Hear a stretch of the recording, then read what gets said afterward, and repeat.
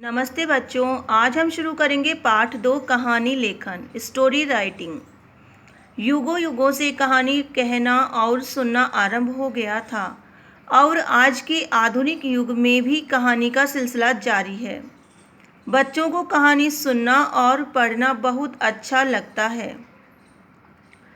कहानी लेखन एक ऐसी कला है जिसे अभ्यास द्वारा सीखा जा सकता है। एक अच्छी कहानी लेखन के लिए कुछ बातों का ध्यान में रखना जरूरी है जिससे कहानी सरलता से लिखी जा सके।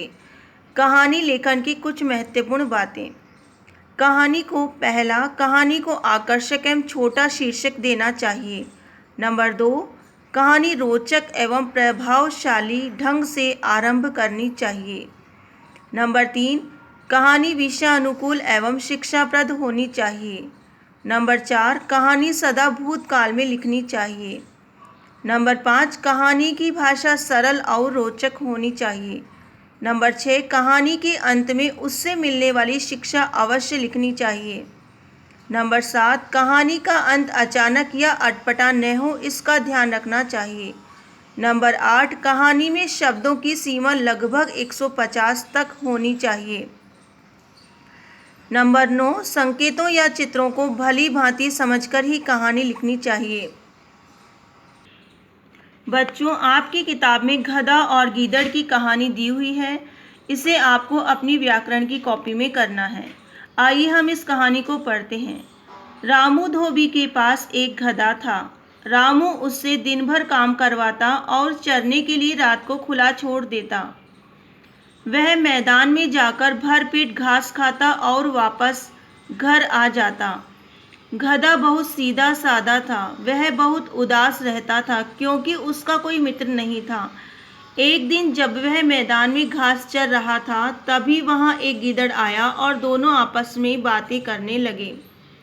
गीदड़ का भी कोई मित्र नहीं था। दोनों में मित्रता हो गई। एक दिन गीदड़ बोला, मित्र, तुम घास खाते खाते ऊब गए होंगे। चलो तुम्हें खरबूजे खिलाता हूँ। गधा और गीदड़ दोनों खरबूजे के खेत में घुसकर खरबूजे खाने लगे। पेट भर जाने पर गधे ने प्रसन्न होकर ढेंचू ढेंचू का राग अलापना शुरू कर दिया। गीदड़ ने कहा, अपना राग अलापना बंद करो, मालिक उठ गया तो हम मुसीबत में पड़ जाएंगे। गधा न माना और रेंगता रहा। बेसुरा राग सुनकर खेत के मालिक की नींद टूट गई। वह डंडा लेकर खेत की ओर भागा। अपने खेत की दुर्दशा देखकर वह क्रोध से आग बबूला हो उठा। उसने जमकर दोनों को पीटा। गधे के साथ मित्रता करने का फल गीदड़ को भी भोगना पड़ा। शिक्षा, मित्रता समान गुणों वाले के साथ ही करनी चाहिए। इस प्रकार यह कहानी हमारी पूरी हो गई है और आपको ये कहानी अपनी कॉपियों में करनी है। धन्यवाद।